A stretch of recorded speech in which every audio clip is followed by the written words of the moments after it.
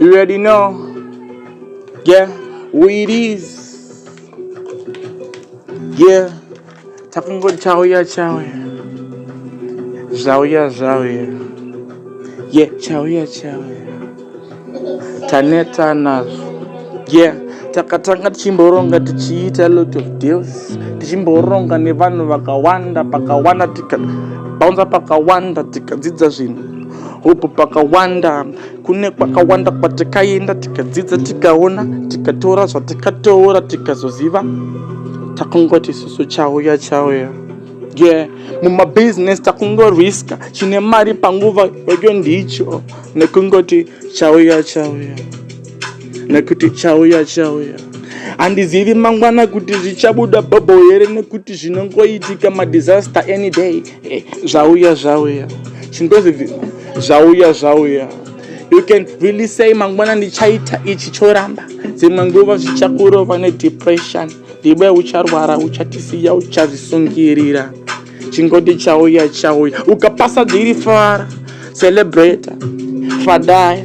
Ziva kuti zvauya. Zvako zvaita zvauya. Yeah, kana type mababy airongwe mubrain nekuti vakawanda vakazotora vasirirova vaimagina zvauya. Vanazvo mudheni zvauya. Zvakatouya. Saka let me tell you gadzira everything. Just know life airongwe nekuti Mwari ndiye anoziva ramangwana. Zvichauya. Usasoti kaona vari mberi worwadziwa nekuti maybe mangwana ndiwo uchangori patop. Uchauya. Yeah, learn to accept kuti kadona wadona. Ziva kuti unasumuka sei iwe wadzidza. Wakura ziva kuti that's the beginning of everything. Kungobvuma zvauri ziva kuti zvichauya. Asi let me tell you takatanga tikabvuma tika-admita. Ndopatikati zvauya. Takatokura takatanga tichichema misozi. Tichidochema misozi. Asi takazobvuma kuti susu zvauya. Tava strong than before. Nekuti ukatitanga right now tivhunduke sha. Even boma tivhunduke sha. Madi totomaita ka isusu sha.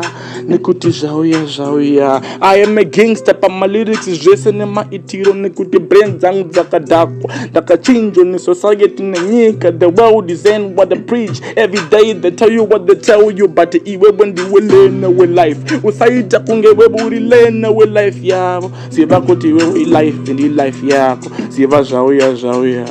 Kana ukati nhasi ndodai zvikaramba ndatibvuma zviripo nekuti seko arifana nemadays. Zvauya.